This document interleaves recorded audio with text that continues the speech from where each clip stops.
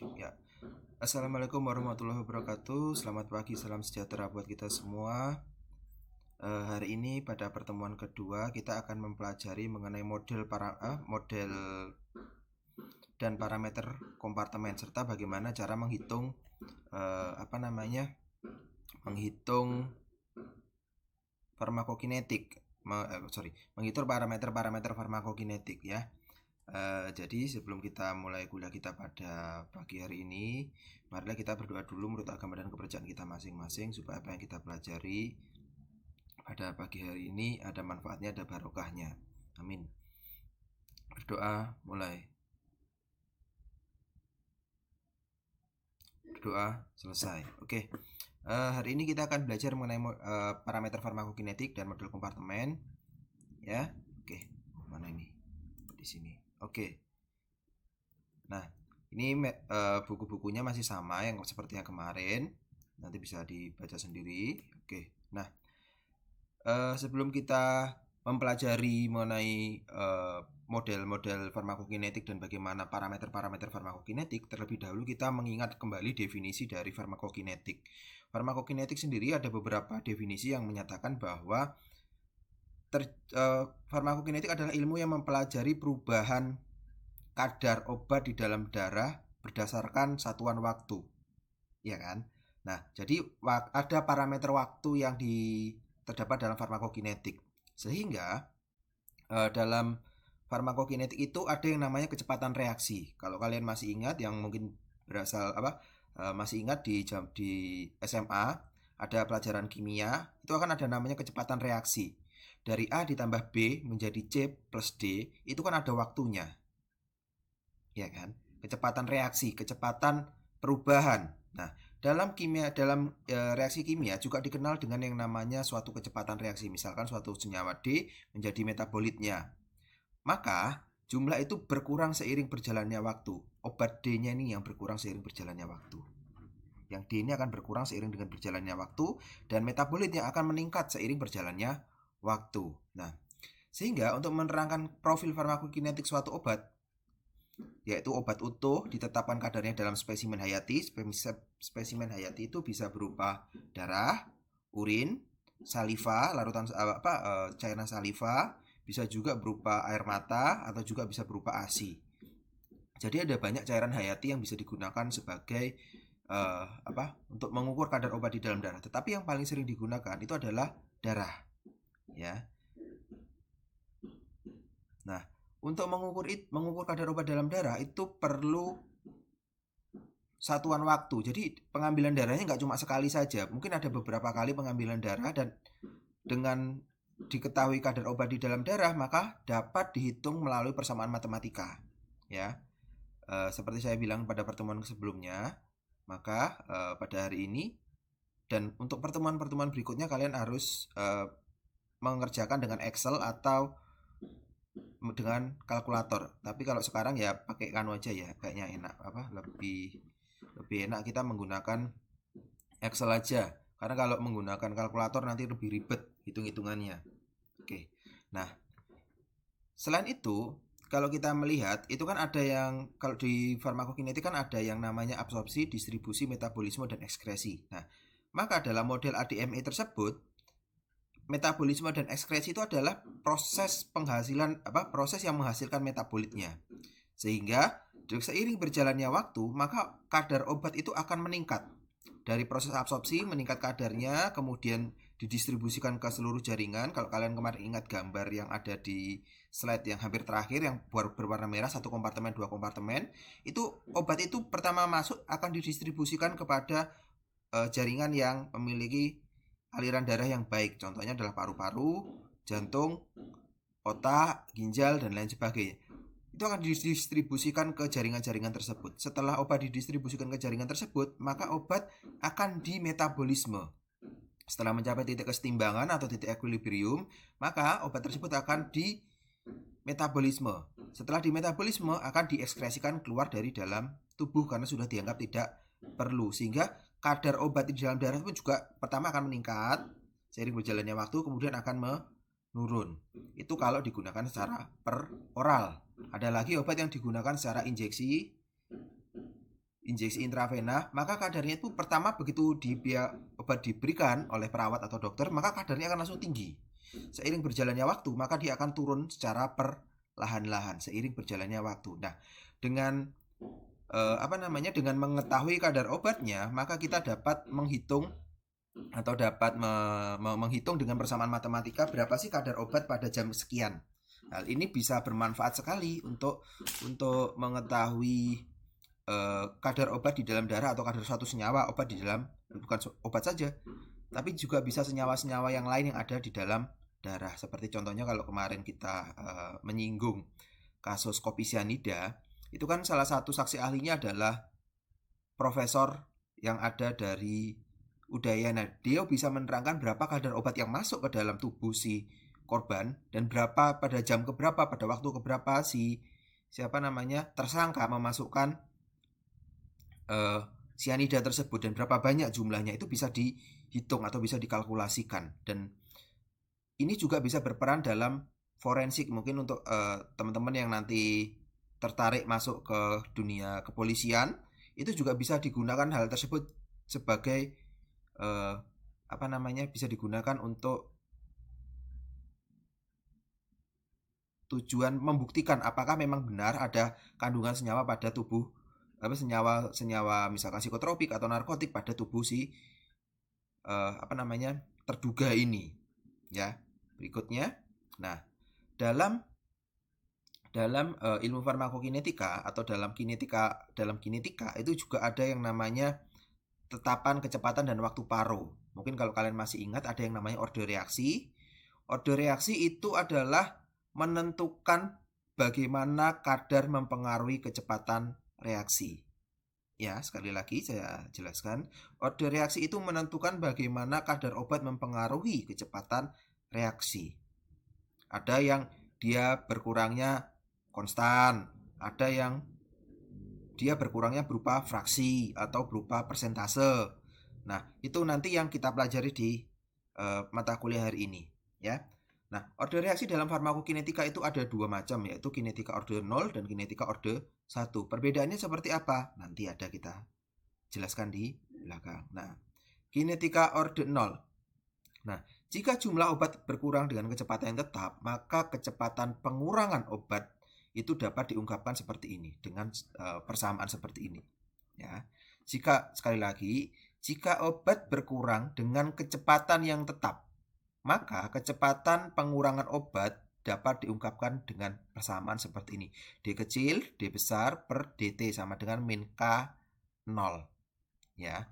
K0 itu adalah tetapan kecepatan orde 0 diberi satuan massa per waktu. Misalkan berapa miligram dia berkurang kadarnya di dalam darah per menit, atau berapa mikrogram dia berkurang kadarnya per menit, atau berapa mikrogram per jam, dan lain sebagainya. Pokoknya kalau K0 itu satuannya adalah miligram per menit. Ya, sekali lagi, K0 atau tetapan kecepatan eliminasi itu satuannya adalah massa per waktu. Dalam hal ini adalah bisa miligram per menit, gram per menit, mikrogram per menit, atau per jam. Penting satuannya adalah massa per waktu. Dan dalam orde 0 yang berkurang adalah jumlah obat dengan kecepatan yang tetap. Jadi kecepatan berkurangnya yang tetap. Itu adalah orde 0. Sedangkan orde 1, jika persamaan 1 diintegralkan menjadi persamaan D sama dengan K0 kali T ditambah dengan DO. Mungkin kalau kalian pernah ingat atau pernah tahu, ini persamaan itu mirip dengan persamaan regresi linier. Y sama dengan BX plus A. Ya, seperti itu.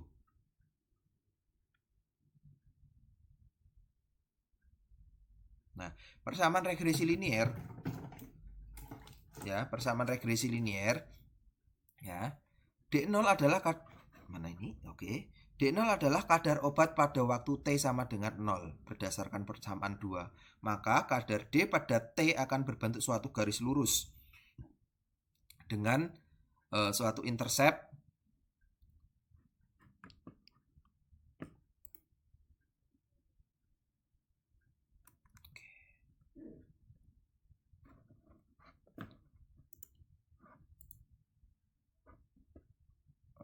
Ini sebentar saya gambarkan sekalian. Nah, maka kalau dibentuk, maka dia akan membentuk suatu garis seperti ini. Oke, ini adalah waktu.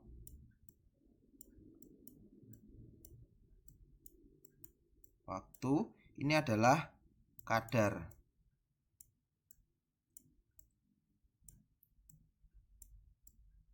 Ini adalah kadar. Ya, dari persamaan tersebut, kalau misalkan obat itu digambarkan, misalkan suatu obat yang diberikan oleh Pak Dokter atau oleh perawat dalam bentuk injeksi secara intravena, maka dia kan kadarnya pertama akan tinggi. Kemudian dia akan turun seiring berjalannya waktu. Nah, dari sini itu bisa dilihat berapa kadarnya. Misalkan dia diberikan pada jam ke-0, kadarnya adalah 100. Ya. Maka berapa kadar obat yang akan berapa waktu, misalkan dia kadarnya ini pertama 100. Ya. Ini waktunya adalah jam ke-0. Nah, kemudian dia kadarnya mencapai 50%-nya 50 itu adalah 3 jam. Ya, 3 jam setelah pemberian. Nah, berarti kan bisa dihitung dari persamaan tersebut berapa kadar obat pada pada jam kelima setelah diberikan. Nah, kan berarti kira-kira di sini.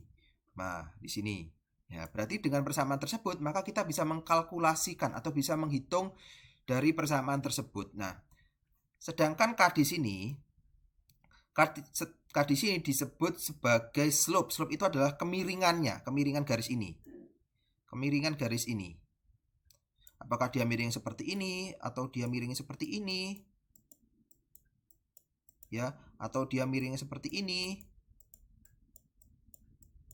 Ya, itu kan banyak macam-macamnya. Nah, sedangkan intercept itu adalah perpotongan ini. Ini B atau intercept. Ini adalah A atau intercept. Intercept itu adalah perpotongan garis dengan sumbu Y-nya. Ya, oke. Nah, jadi dengan persamaan ini, kalau dipersamakan dengan persamaan regresi linier, ya, maka sama dengan regresi linier.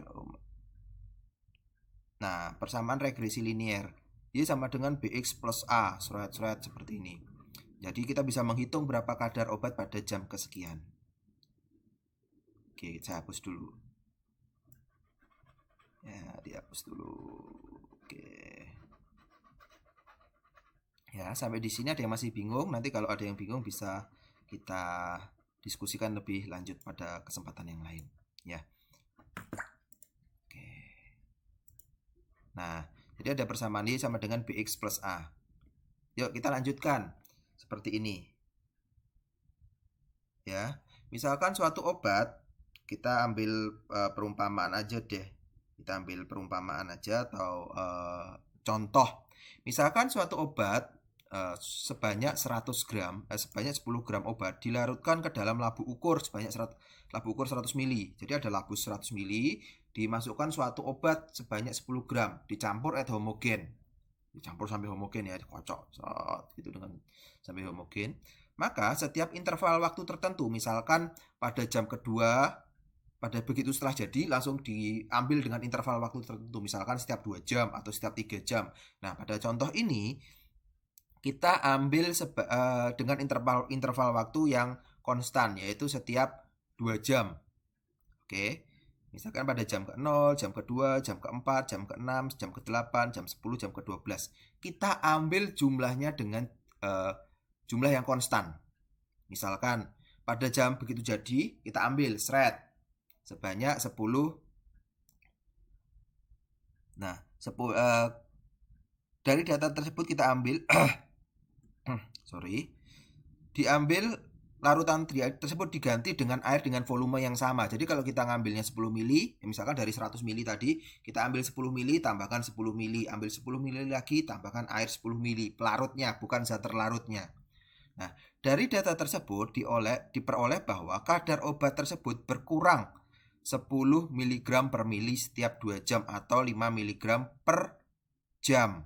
Sehingga K0-nya atau tetapan kecepatan pengurangannya adalah 5 mg jam per mili. Oke, sampai di sini masih bingung? Kita kembali lagi ke depan. Nih, orde 0 itu adalah jumlah obat tersebut berkurang dengan kecepatan yang tetap. Ya, kata kuncinya adalah kecepatan. Berkurang dengan kecepatan yang tetap. Nah, kalau di sini kan berarti obat berkurang kadarnya dari 10 ke 90 itu kan dalam waktu 2 jam. Ya, dalam waktu 2 jam. Berarti kalau dia dihitung seperti ini, berarti dia kan berkurang sebanyak 10 mg per 2 jam. Sorry. Dia akan berkurang sebanyak 10 mg per mili. 10 mg per mili setiap 2 jam. Ya kan? Kalau setiap 2 jam berarti kan kalau masih ingat di matematika itu kan per 2 jam gini kan. 2 jam.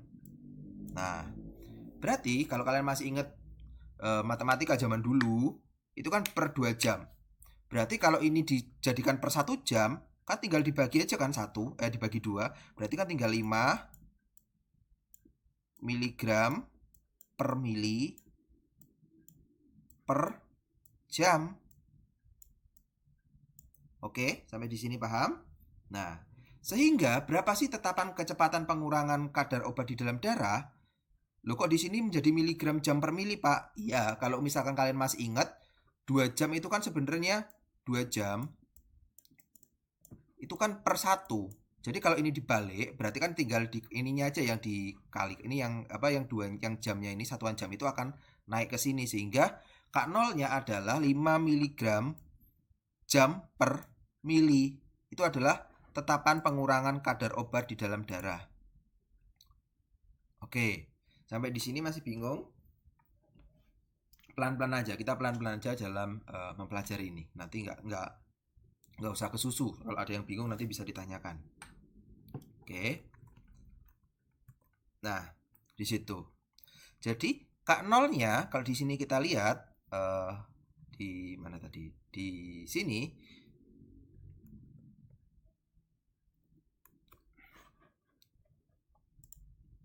kalau kita lihat lagi K0-nya atau slope-nya itu tadi adalah seperti persamaan 2, slope-nya itu adalah 5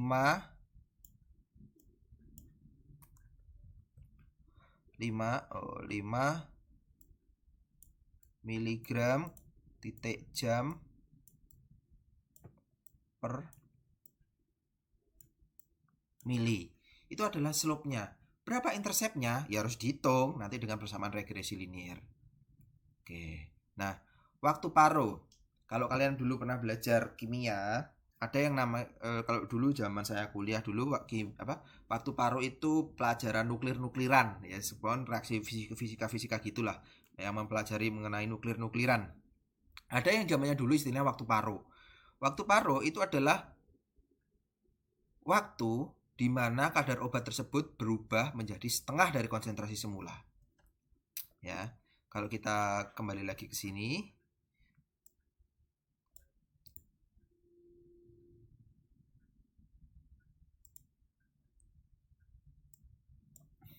Ya, kembali lagi.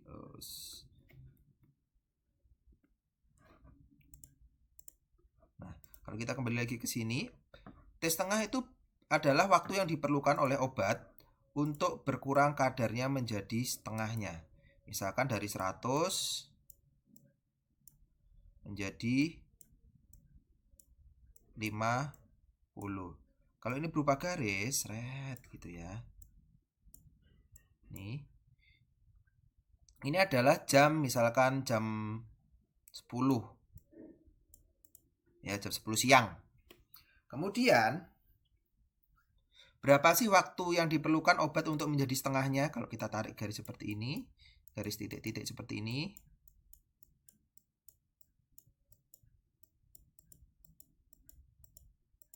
Misalkan di sini waktunya adalah pukul 18 deh. Berarti waktu paruhnya adalah berapa jam kira-kira kalau dengan gambar seperti ini? Ini waktu paruh.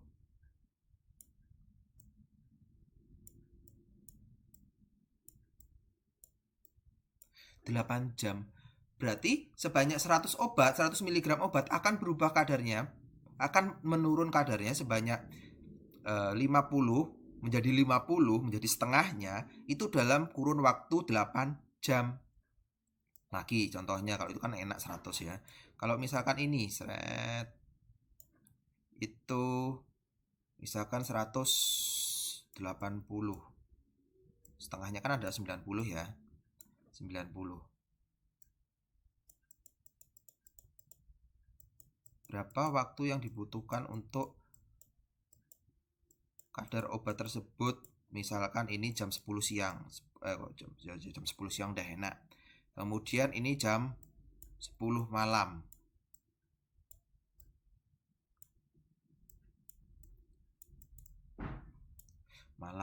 Berarti berapa waktu yang diperlukan oleh obat dari konsentrasi 180 mg menjadi 90 mg?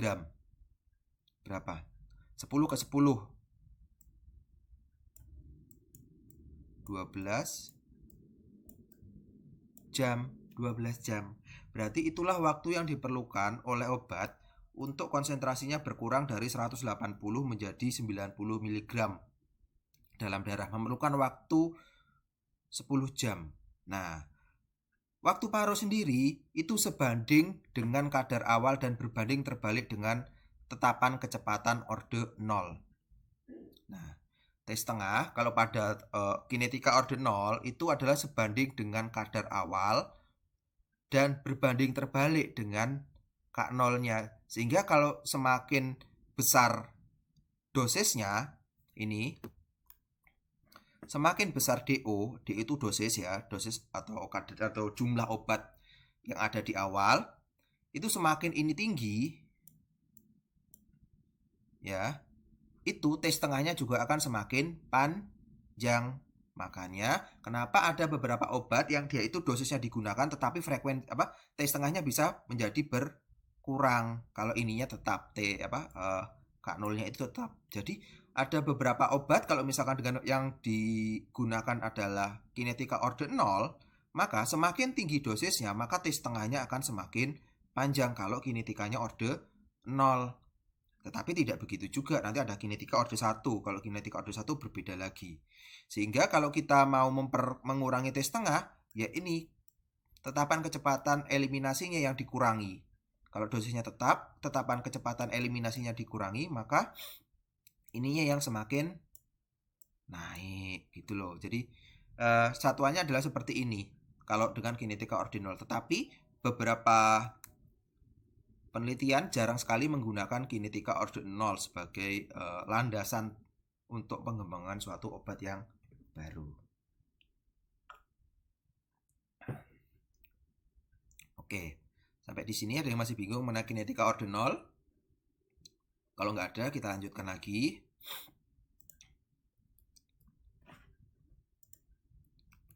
Nah, tetapan kecepatan yang kedua, orde reaksi yang kedua itu adalah reaksi kinetika orde 1. Nah, kinetika orde 1 adalah jika jumlah obat yang berkurang dengan kecepatan yang sebanding dengan jumlah obat yang tersisa, maka kecepatan pengurangan jumlah obat per waktu dapat diungkapkan dengan persamaan seperti ini.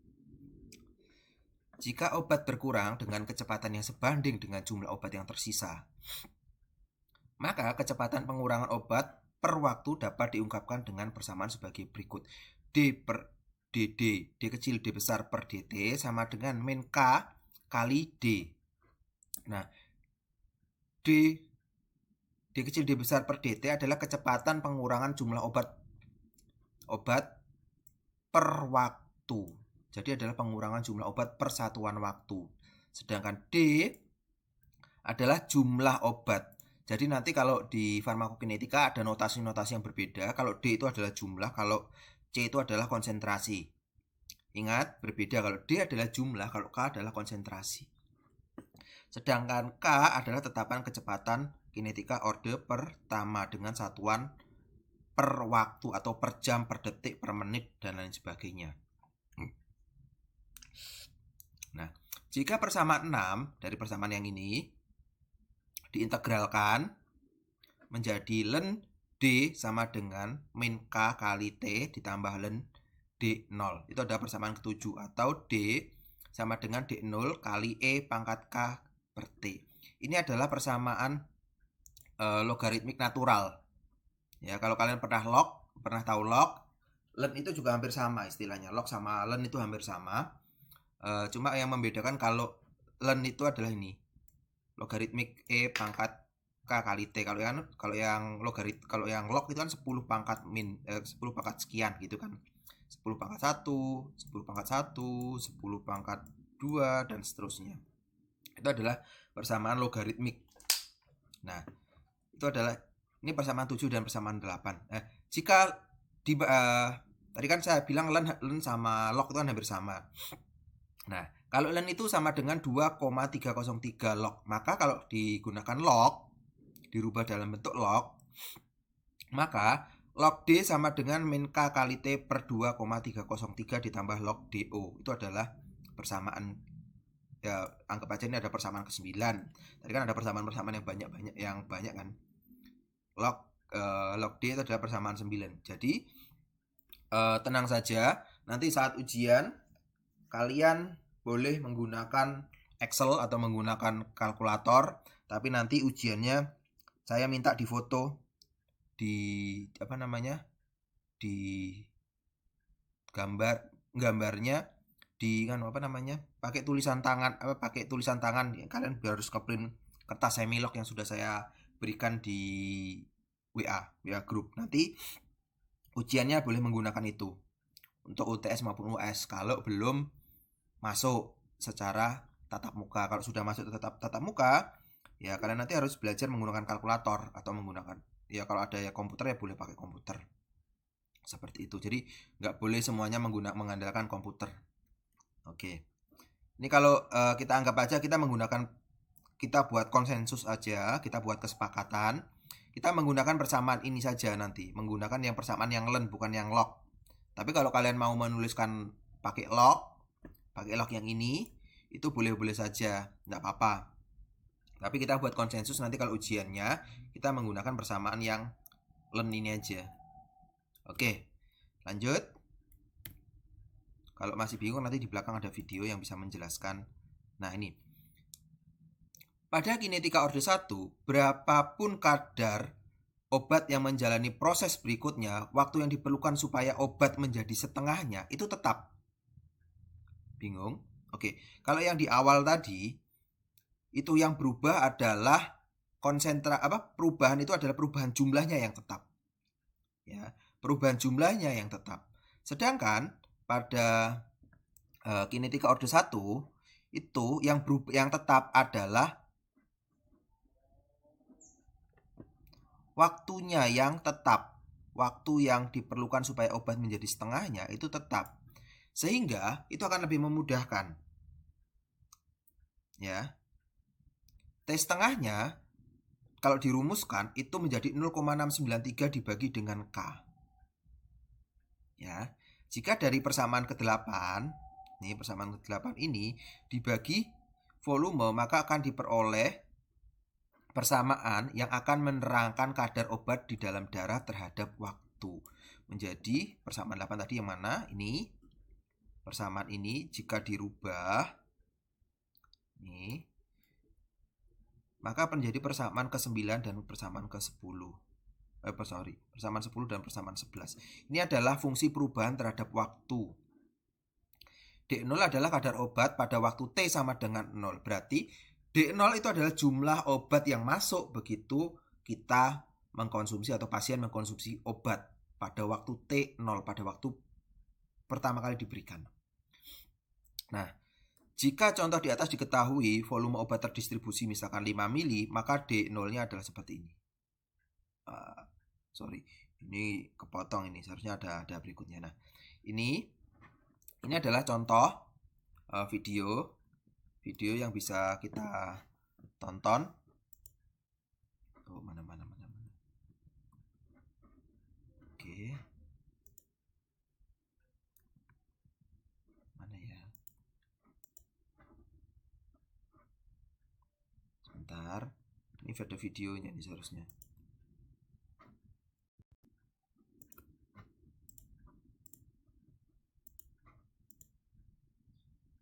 Nah, ini adalah video yang menjelaskan mengenai kinetika orde 0 dan kinetika orde 1.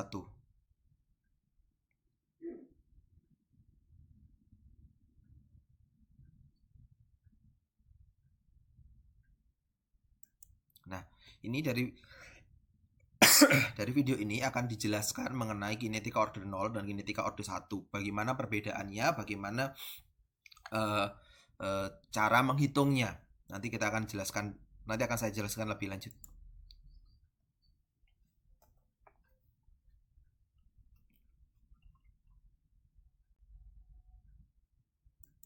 Nah, dari video ini itu diasumsikan atau digambarkan, dijelaskan bahwa obat tersebut digunakan secara intravena dengan 1 kali bolus. 1 kali bolus dengan penggunaan cara bolus. Bolus itu apa? Penggunaan bolus itu adalah pemberian sekaligus. Jadi mungkin kalau ada yang pernah sakit mengalami nyeri kemudian diberikan obat dalam 1 kali injeksi, itu adalah pemberian secara bolus. Yang lain adalah pemberian secara infus ya. Kalau infus mungkin lebih kenal ya, kalian lebih kenal infus itu kalau yang orang sakit di rumah sakit itu biasanya dikasih cairan infus digantung, itu adalah namanya pemberian infus. Itu pemberian yang berkelanjutan, berbeda dengan bolus. Kalau bolus itu cuma sekali diberikan seret gitu aja, itu adalah injeksi secara bolus. Tapi kalau ada yang pemberian berkali-kali ya gak apa-apa, itu namanya bolus intermittent istilahnya. Oke, kita lanjutkan lagi.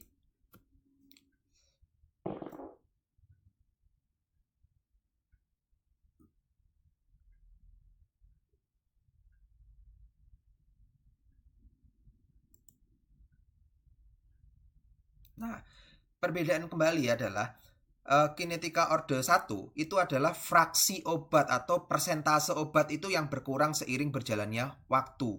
Sedangkan pada kinetika orde 0 itu yang berkurang adalah jumlahnya. Kalau kita ingat di gambar di awal tadi, itu kalau yang dari 100 itu berkurangnya 10, 10, 10, 10, 10 begitu kan. Nah, sedangkan pada kinetika orde 0 itu yang berkurang adalah fraksinya, persentasenya. Misalkan berkurang 20%, 20%, 20%, 20%, 20%, begitu seterusnya. Ya, itu adalah perbedaan antara kinetika orde 0 dengan kinetika orde 1.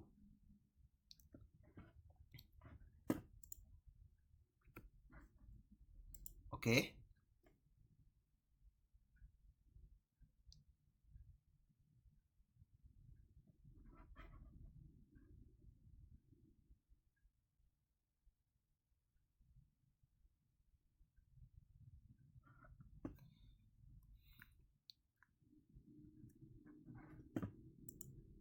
Oke. Nah, di sini itu dia akan menggambarkan nanti akan ada 2 grafik, yang satu di mana sumbu Y-nya itu adalah kadar obat dalam plasma, sedangkan X-nya itu adalah waktu.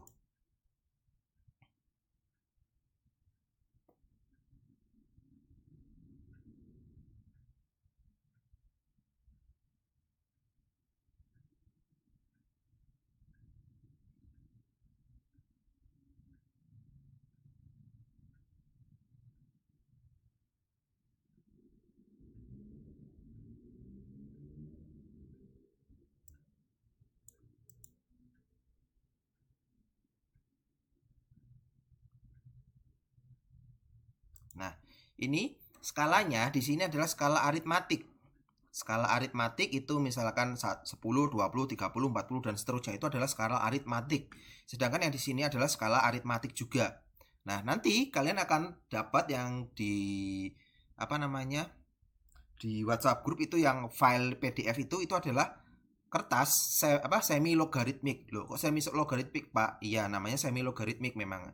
Kenapa namanya semi logaritmik? Karena sumbu y-nya itu adalah skala aritmatik, sedangkan x-nya itu adalah skala logaritmik, di mana itu ada tingkatannya, misalkan dari 0, 10, dari 10 kemudian 20 seterusnya sampai 100, 100 lagi nanti ke atasnya sampai dengan 1000. Itu adalah kertas semi logaritmik, nanti akan kita pelajari bersama-sama. Nah, di sini dengan kinetika orde 1, pertama konsentrasinya yang kita ketahui adalah 80 mikrogram per mili. Sedangkan T setengahnya adalah 12 jam. Maka waktu yang diperlukan dari konsentrasi obat dari 80 menuju 40 adalah 12 jam. Kemudian ini dikasih titik.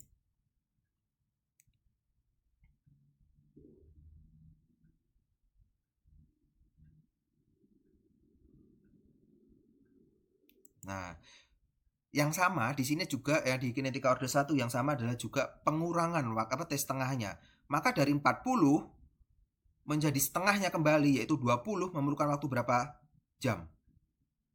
12 jam dari titik yang di sini. Itu memerlukan waktu sekitar 12 jam. Ya, dari 40 ya kan? 40 kemudian menjadi 20 itu juga memerlukan waktu 12 jam pada jam ke-24 setelah obat diberikan.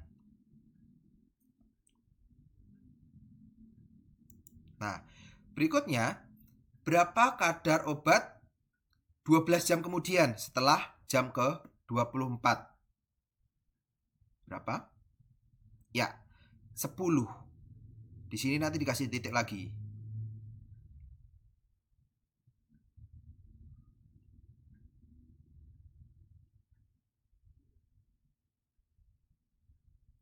Ya.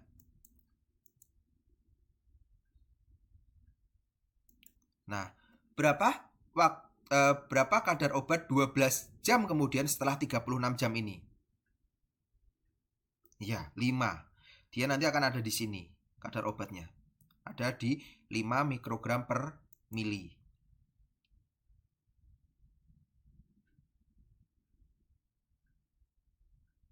Nah, berikutnya setelah ini ke 5, maka 12 jam kemudian kadarnya adalah 2,5 mg per mili.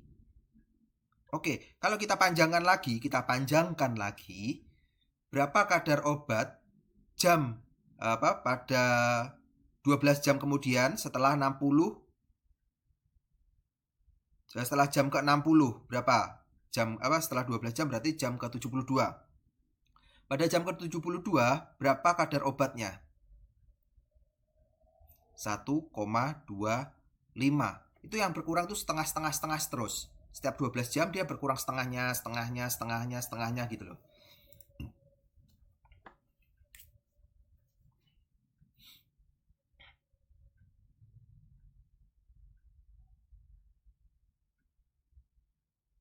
Nah, ini kan kalau kita menggambarnya dengan skala skala aritmatik, maka dia akan membentuk garis melengkung ini seperti bentuk kurva itu akan melengkung.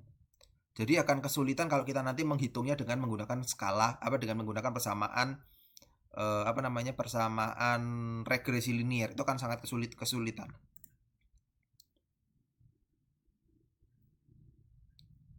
Nah, berikutnya si penyaji ini akan menggambarkan kadar obat jika digambarkan dalam skala logaritmik. Ya, skala logaritmik. Nah, ini. Ya. Skala logaritmik itu 5, 10 dan garisnya ini enggak teratur. Berbeda dengan skala aritmatik. Coba nanti dilihat di PowerPoint-nya, di file Excel. Di file PDF yang sudah saya kirimkan, di sini itu nanti akan digambar yang kesini adalah sumbu y-nya itu adalah skala logaritmik, skala logaritmik dari 100, nanti di atasnya lagi ada, ini kan dari 5 berarti sampai ke 1000, nanti di atasnya lagi 10.000 dan seterusnya. Yuk kita lanjutkan.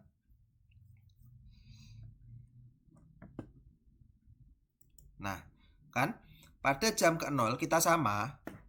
Pada jam ke-0 dia diberikan obat dengan kadar 80 mikrogram per mili. Di sini ditulis 80.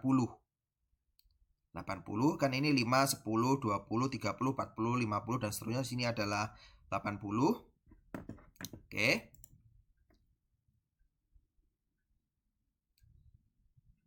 Nah,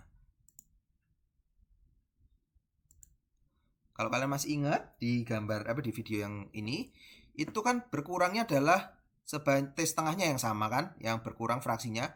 Setelah 12 jam, maka kadarnya menjadi 40. Kemudian pada jam ke-24, dari 40 tersebut berkurang lagi setengahnya menjadi 20. Kemudian pada jam ke-36, kadarnya berkurang setengahnya lagi dari 20 menjadi 10. Kemudian pada jam ke-48 menjadi 5. Jam ke-60 adalah 2,5, pada jam ke-72 adalah 1,25. Coba kita lihat gambarnya nanti seperti apa.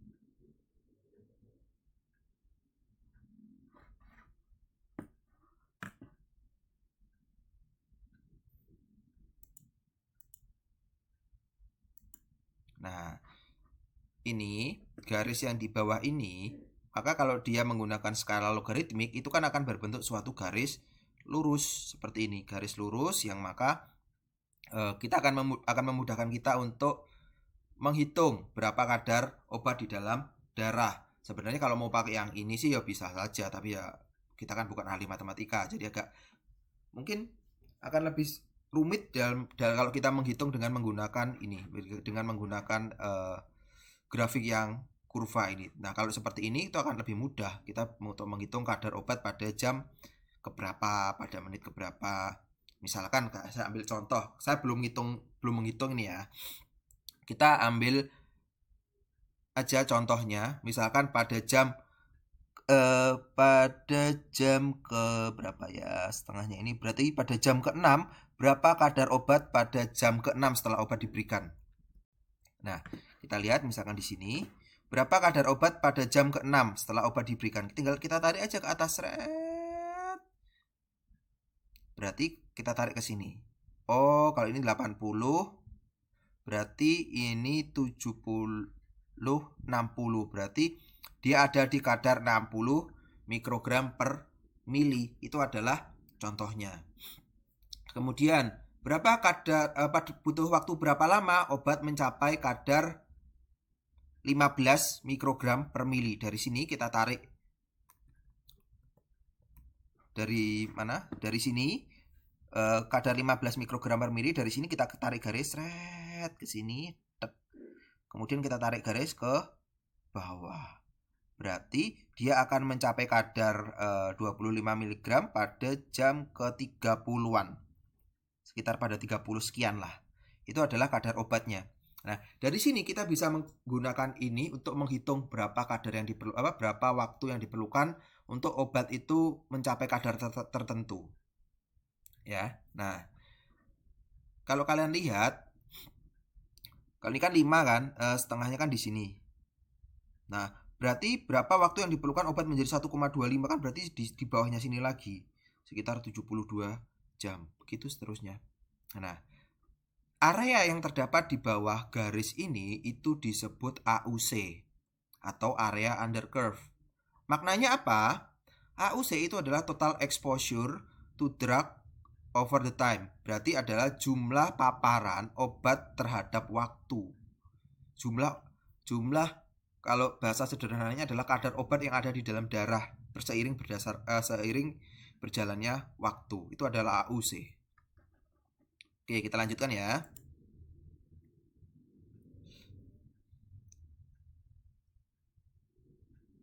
Nah, ini kalau genetika ordinal.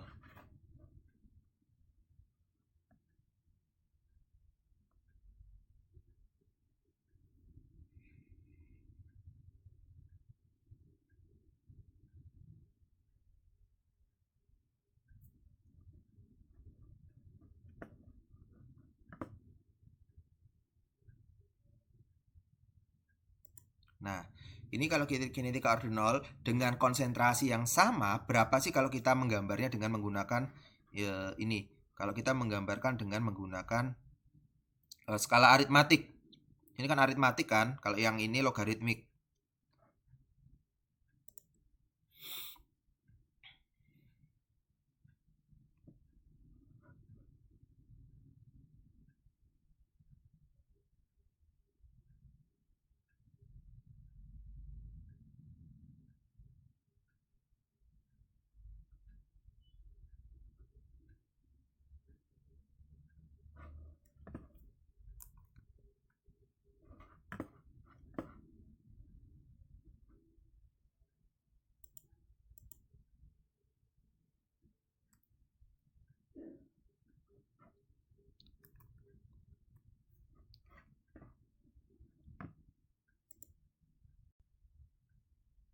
Oh, lari ke sini.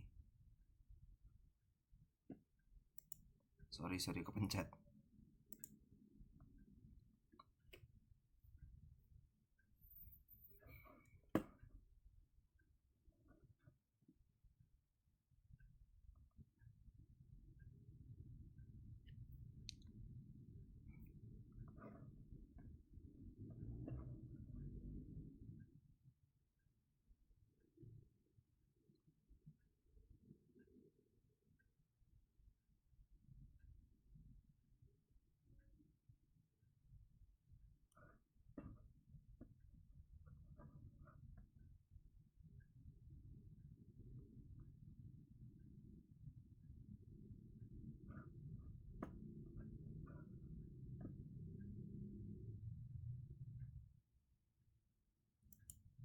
Nah, ke sini dulu.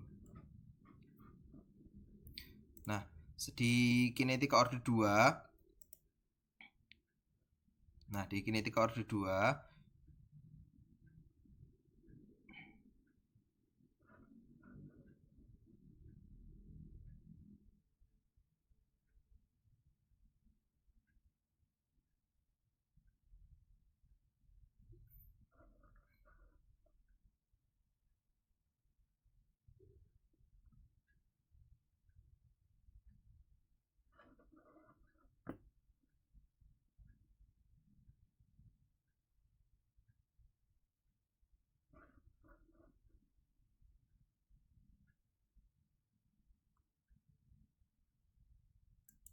Nah, sedangkan pada kinetika order 1 yang berkurang itu jumlahnya sebanyak, misalkan dia menggambarkan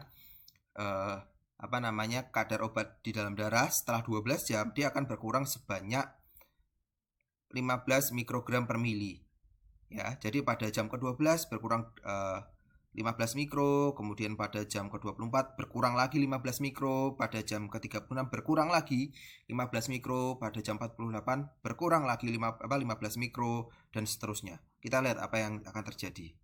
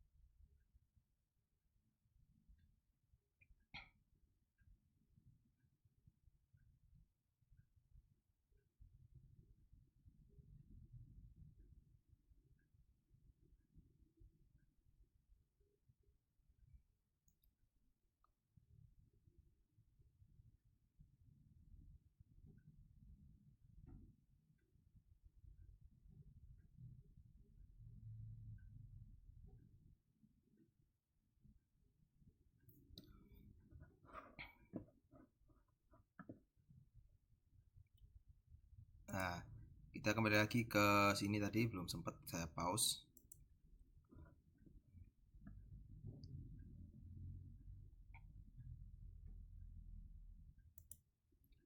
Oke, walah, kok kesini lagi.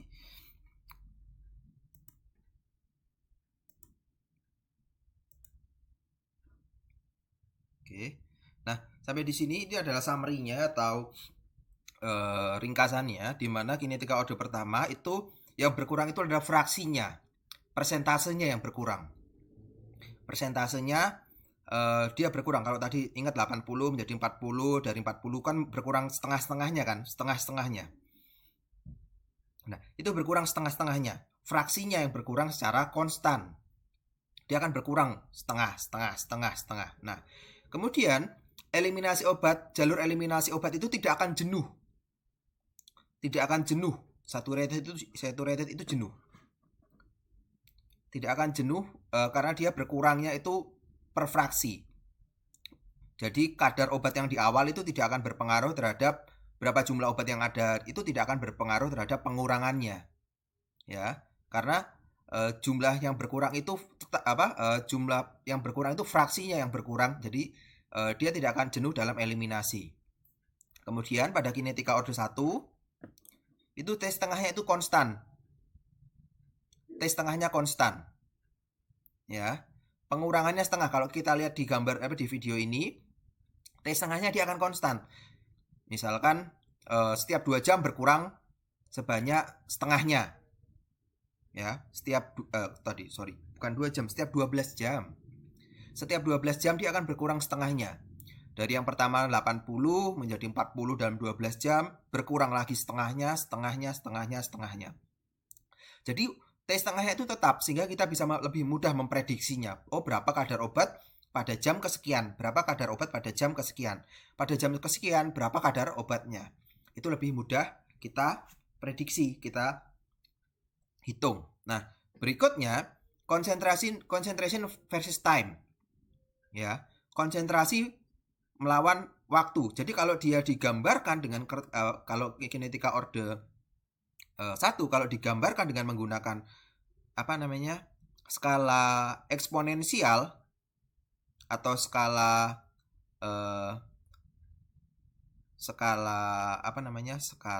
aritmatik, maka dia akan membentuk suatu garis yang melengkung atau membentuk suatu kurva. Sedangkan jika dia pada kinetika order 1 jika digambarkan dengan skala logaritmik, maka dia akan membentuk sebuah garis lurus. Garisnya itu berupa garis lurus kalau di video ini tadi. Ya.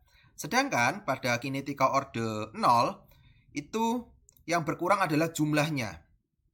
Jumlah dia akan berkurang seiring berjalannya waktu. Jadi dia berkurangnya kalau di video ini adalah 15 mikrogram per mili. Maka dia akan berkurang 15 dengan waktu yang tetap. Nah, elimination pathway-nya dia akan jenuh. Jadi, eliminasinya itu akan tergantung berapa jumlah obat yang pertama tadi. Karena memang kalau misalkan dieliminasi dia menggunakan sistem enzimatik, sistem enzim, misalkan sitokrom P450 dengan kinetika order 0, maka dia akan mengalami kejenuhan. Kejenuhan maksudnya bisa saja T setengahnya menjadi lebih panjang. Karena batas untuk eliminasinya misalkan cuma, kalau kita lihat di gambar tersebut misalkan cuma 15, maka T setengahnya bisa menjadi panjang sekali. Nah, ini T setengahnya itu pada kinetika order 0 itu sangat tidak bermakna. Dan itu akan sangat berubah-berubah T setengahnya seiring tergantung pada konsentrasi yang ada. T setengahnya bisa berubah-berubah, bisa naik turun tergantung konsentrasi yang ada. Sedangkan jika digambarkan pada digambarkan pada skala aritmatik, dia akan membentuk suatu garis yang lurus. Sedangkan jika dia digambarkan pada pada skala logaritmik, dia akan membentuk garis yang berbentuk berupa kurva seperti itu ya. Oke, next. Nah, di dalam farmakokinetik sendiri itu ada beberapa macam parameter. Yang pertama adalah parameter primer, parameter sekunder, dan parameter turunan. Apa itu maknanya? Parameter primer itu adalah ini adalah contohnya. Ini adalah contohnya. Jenis-jenis parameter primer itu adalah Ka, F, Vd, dan Cl. Ka itu adalah tetapan kecepatan eliminasi. F itu adalah lupa saya F apa, nanti ada di belakang. Sedangkan Vd itu adalah volume distribusi. Sedangkan Cl adalah clearance, baik itu clearance renal maupun clearance yang lainnya. Sedangkan parameter sekunder adalah K. Kalau ini Ka itu adalah tetapan kecepatan absorpsi. Sedangkan kalau K itu adalah tetapan kecepatan eliminasi. Ada lagi namanya F, ada lagi namanya T setengah. Sedangkan parameter turunan adalah AUC dan CSS. Apa itu parameter primer? Parameter primer itu adalah disebut sebagai parameter primer karena dia dipengaruhi oleh faktor fisiologis. Kita kembali lagi ke sini. Volume distribusi. Volume distribusi itu tergantung salah satunya adalah luas permukaan tubuh. Jadi semakin luas permukaan tubuhnya, maka akan semakin besar volume distribusinya. Begitu juga sebaliknya, kalau volume distribusinya kecil, orangnya kecil, maka volume distribusinya juga kecil. Itu juga akan dipengaruhi oleh kadar lemak dan kadar air di dalam tubuh seseorang. Itu juga akan berpengaruh terhadap obat-obat yang bersifat larut lemak maupun larut air. Seperti contohnya, misalkan orang yang memiliki tubuh yang gemuk, contohnya orang-orang obesitas, itu kalau menggunakan obat-obatan yang larut dalam lemak, itu memerlukan dosis yang jauh lebih besar dibandingkan dengan orang-orang yang yang berbadan kecil atau orang-orang yang indeks massa tubuhnya kecil. Sedangkan obat-obat yang larut dalam air itu akan berpengaruh pada kasus orang-orang yang mengalami edema atau penumpukan cairan di dalam tubuh. Itu juga akan berpengaruh seperti itu. Jadi ini akan sangat dipengaruhi oleh kondisi tubuh. Nah, itu untuk Vd. Sedangkan clearance itu sangat terkait dengan fisiologis, itu tergantung dari fungsi ginjal kalau clearance renal. Sedangkan kalau clearance liver itu sangat dipengaruhi oleh kondisi livernya. Jadi pada orang-orang yang mengalami gagal ginjal, misalkan pada pasien gagal ginjal stage akhir, stage 5, itu bisa saja mengalami perpanjangan T setengah. Jadi yang T setengah misalkan pertamanya adalah 12 jam, ya kalau mengkonsumsi obat A, maka bisa saja orang-orang yang mengalami gagal ginjal kronis atau gagal ginjal stage 5 itu T setengahnya bisa menjadi 24 jam, bahkan menjadi 36 jam. Bahkan lebih mungkin saja. Kenapa? Karena yang obat seharusnya dibuang dari dalam tubuh menjadi tidak bisa dibuang karena ginjalnya bermasalah. Ya kan? Seperti itu. Sedangkan Ka itu adalah tetapan kecepatan absorpsi. Absorpsi juga dipengaruhi pada saluran pencernaan. Pada saluran pencernaan, kalau misalkan pada orang-orang yang tidak bisa saluran pencernaannya bermasalah, misalkan dia tidak bisa BAB, ya, susah untuk BAB, maka obat itu akan lebih lama ada di dalam saluran pencernaan. Sehingga apa yang terjadi? Obat menjadi lebih banyak atau jumlahnya akan lebih banyak diabsorpsi di saluran pencernaan. Lebih lama tinggal di saluran pencernaan, maka obat akan lebih banyak diabsorpsi di saluran pencernaan. Nah, kemudian kaitannya lagi sebaliknya, kalau orang yang mengalami diare, ya, orang yang mengalami diare, maka yang terjadi adalah obat tersebut tidak akan diabsorpsi lebih cepat karena begitu masuk langsung bisa saja obat diteruskan ke rektal. Obat begitu masuk langsung bablas karena gerakan peristaltik ususnya menjadi lebih cepat pada orang-orang yang mengalami diare. Itu juga sangat dipengaruhi oleh kondisi fisiologis seseorang. Oke, selanjutnya. Nah, volume distribusi sudah saya sebutkan tadi. Itu sangat dipengaruhi oleh faktor fisiologis. Volume distribusi dipengaruhi oleh nilai CO. Sorry, bukan CO, tapi C0. C0, jika C0 kecil dan dosis yang diberikan tetap, maka Vd menjadi lebih besar. Hal ini terjadi karena sebagian obat berada atau terikat pada komponen jaringan ekstravaskular. Sebaliknya, jika obat yang terikat kecil, maka CO C0 menjadi lebih besar sehingga Vd menjadi lebih kecil. Sehingga volume distribusi itu biasanya dirumuskan dengan VD sama dengan dosis intravena dibagi dengan CO. Ya, di sini tolong jangan bingung. Kalau D, notasi D itu menyatakan jumlah obatnya. Ya.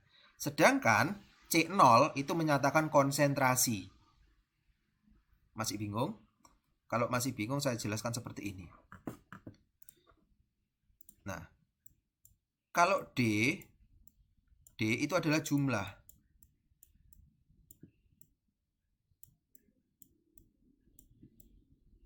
Sedangkan C itu adalah konsentrasi.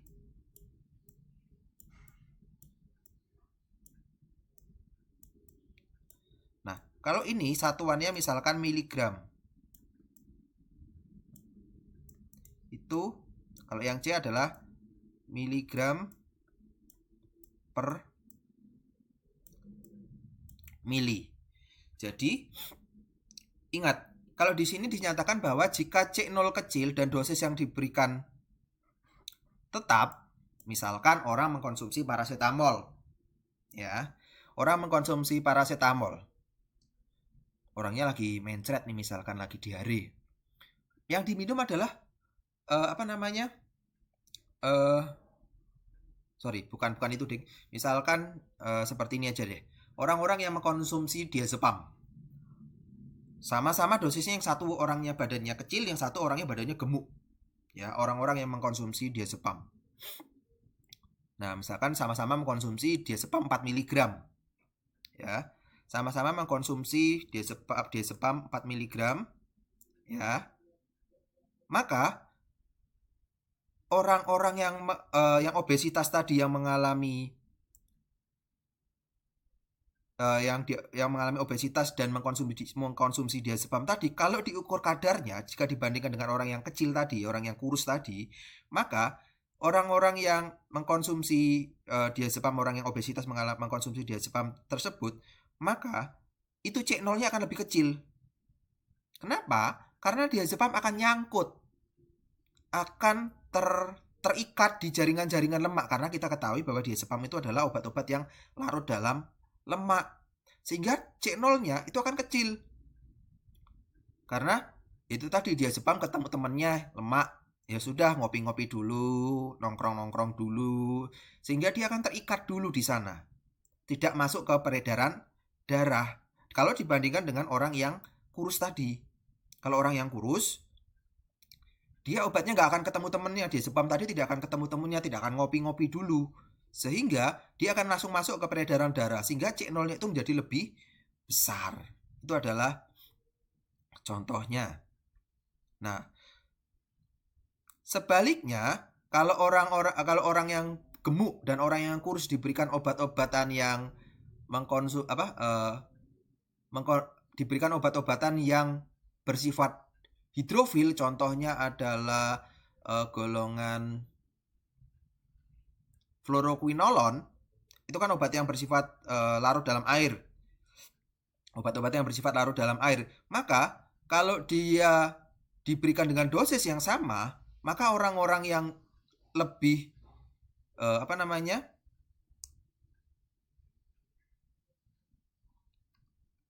gemuk itu memiliki volume distribusi yang jauh lebih besar, karena nggak akan ketemu dia di situ. C0-nya menjadi lebih besar karena obat itu akan larut air. Tidak, kalau orang yang gemuk kan volume lemaknya kan tinggi. Kalau lemaknya tinggi, dia tidak akan ketemu fluoroquinolonnya itu tadi, dia akan ngopi-ngopi dulu bersama lemak. Nah, sehingga volume distribusinya menjadi lebih besar. Sedangkan sebaliknya, kalau orang yang kecil, orang yang kurus tadi, kalau orang yang gemuk tadi volume distribusinya bakal kecil, sedangkan orang-orang yang kurus tadi volume distribusinya akan besar, karena dia akan ketemu sama temennya, larut dalam air lebih besar, karena komponen orang yang kurus dalam tanda kutip itu volume airnya lebih banyak, seperti itu ya. Oke, berikutnya mana ini, kok bisa di next. Nah, ini adalah contohnya volume distribusi obat dalam penentuan loading dose. Misalkan obat yang volume distribusinya besar, misalkan kloroquine, ini lagi ngetren ya kloroquine. Kloroquine itu lagi ngetren, ini katanya bisa digunakan untuk treatment corona, kloroquine, tapi paling sering sekarang digunakan untuk pengobatan rematik. Ada lagi fluticasone, haloperidol, dronalbiol, estradiol, donepezil, azitromisin. Itu adalah obat-obat dengan volume distribusi yang besar. Itu berperan dalam penentuan loading dose. Loading dose itu adalah dosis muatan. Dosis yang pertama kali digunakan untuk mencapai kadar apa namanya, KIM, di atasnya KIM, sehingga dia digunakan untuk mencapai kadar di atas KIM lebih cepat. Nah, ini ada cerita lucu ini dulu. Ada salah satu saudaranya teman yang menjalani operasi karena memang dia mengalami patah tulang. Orangnya itu gede sekali, obesitas, gemuk banget. Nah, akhirnya ada cerita sampai dokternya bingung. Ini nanti kalau tak kasih satu, pasiennya bangun di tengah jalan, tapi kalau tak kasih dua, pasiennya bisa bablas seperti itu. Jadi sehingga akhirnya itu kayak ya sekedar joke aja ya, mungkin ini nambah-nambah kerjaan dokter anestesinya, sehingga terpaksa harus ngitung berapa dosis yang diperlukan oleh si pasien tersebut. Karena kalau dia dosisnya kelebihan ya gawat juga, tapi kalau dosisnya kurang ya pasien bisa bangun di tengah jalan. Karena memang kalau untuk anestesi itu kan ada yang diinjeksi terlebih dahulu kan, diinjeksi supaya pasien cepat tertidur, nanti setelah tertidur baru di maintenance dengan menggunakan obat-obatan ya dengan anestesi yang berupa inhalasi yang diuap, itu yang untuk mempertahankan pasien dalam keadaan tertidur sampai dokter bedahnya selesai menganestesi, seperti itu. Ya, seperti itu. Ini adalah obat-obat yang sedang, yang ini obat yang yang volume distribusinya kecil, seperti itu.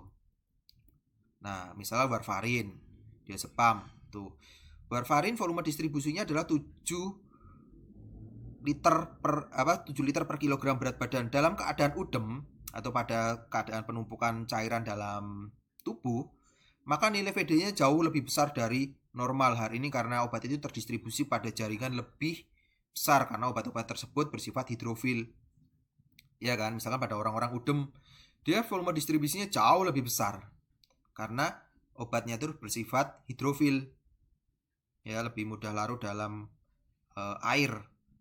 Jadi dia kalau begitu, anggaplah seperti kalau kompartemen kemarin, begitu dia dimasukkan pewarna langsung menyebar karena dia larut dalam air. Nah, sedangkan kalau dia diazepam itu 1 liter per kilogram berat badan VD-nya. Maka kalau pada orang-orang yang obesitas akan menjadi jauh lebih besar daripada keadaan normal. Karena kita tahu bahwa diazepam itu adalah obat yang bersifat lipofil. Waktu paru eliminasi itu dikategorikan sebagai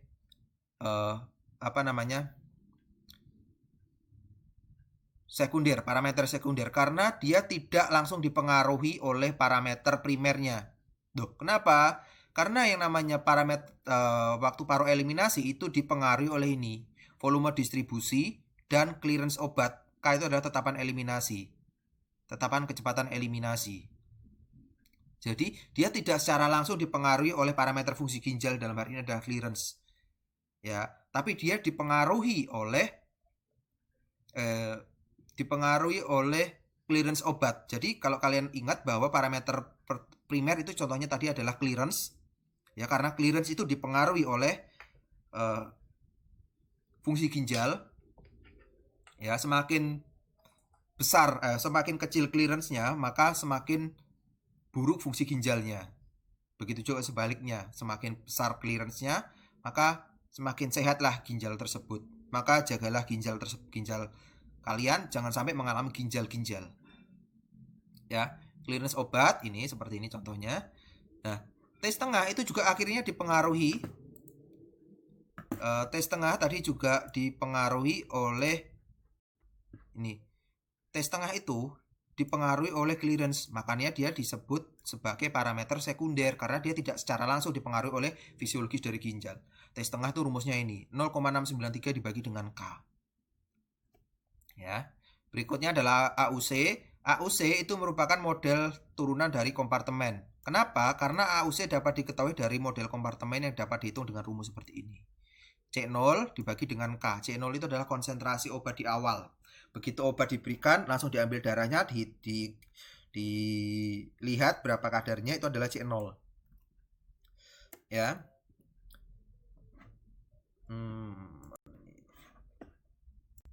Oke. Clearance. Clearance tidak dapat diartikan sebagai jumlah obat yang dibersihkan dari darah, tetapi lebih kalau clearance itu definisinya adalah jumlah obat yang dibersihkan dari darah per satuan waktu. Ya. Sekali lagi, clearance adalah jumlah obat yang dibersihkan dari darah per satuan waktu. Nah, kecepatan eliminasi dari obat itu dipengaruhi oleh nilai VD dengan nilai CL sehingga merupakan variabel yang tidak saling tergantung serta merupakan parameter primer. Nah, kecepatan eliminasi suatu obat itu selalu berubah dan perubahan tersebut berbanding lurus dengan kadar obat di dalam darah sehingga kadar obat akan meningkat. Sehingga kadar obat yang akan meningkat maka juga akan meningkatkan kecepatan eliminasinya secara proporsional. Begitu juga sebaliknya. Semakin berkurang kadar obat, maka kecepatan eliminasinya juga akan semakin berkurang. Sehingga kalau clearance, kalian mau lihat ini rumusnya adalah seperti ini. Clearance sama dengan dosis intravena dibagi dengan AUC.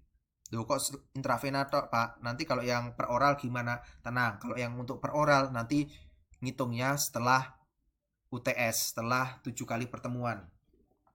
Ya, seperti itu. Sedangkan clearance sama dengan K kali VD.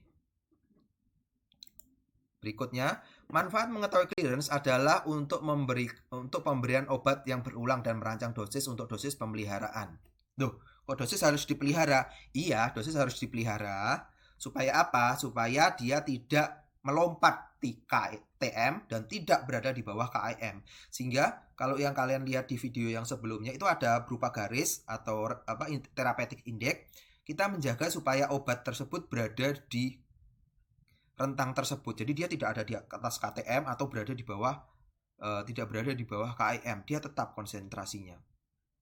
Ya kalau untuk obat-obat yang indeks terapinya luas sih ya tidak masalah, tidak begitu masalah.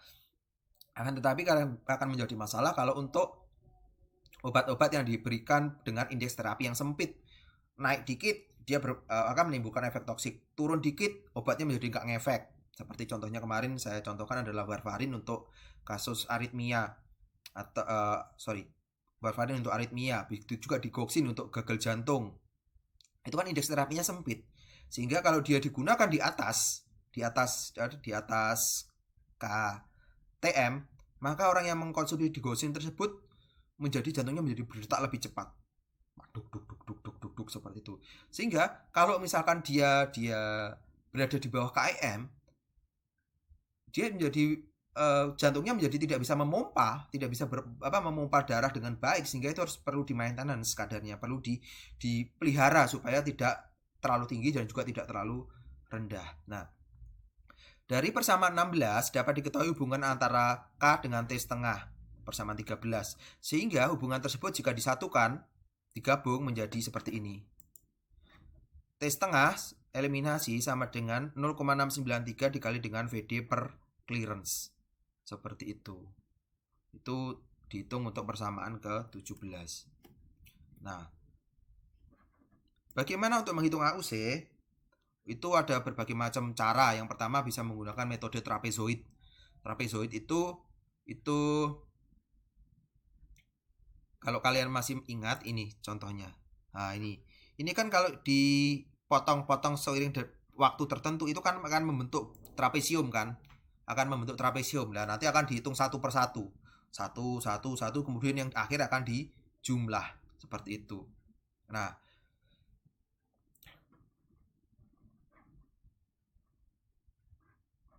kelemahan dari metode trapezoid ini adalah jika interval waktu sampling lebih kecil atau sama dengan waktu paruh eliminasi, maka tidak ada kesalahan dalam AUC. Semakin besar interval waktu sampling, terhadap waktu paruh eliminasi, maka akan semakin besar kesalahan terhadap mengukur AUC-nya seperti itu. Jadi kalau di sini itu semakin besar dia T setengahnya semakin besar, kita ngitungnya juga semakin besar, itu juga nggak ada masalah. Tetapi kalau T setengahnya itu sempit, misalkan di sini T setengahnya adalah 3 jam, kita ngambilnya di 6 jam, maka akan terjadi kesalahan yang besar sehingga tidak menghasilkan data yang tidak valid seperti itu. Ya.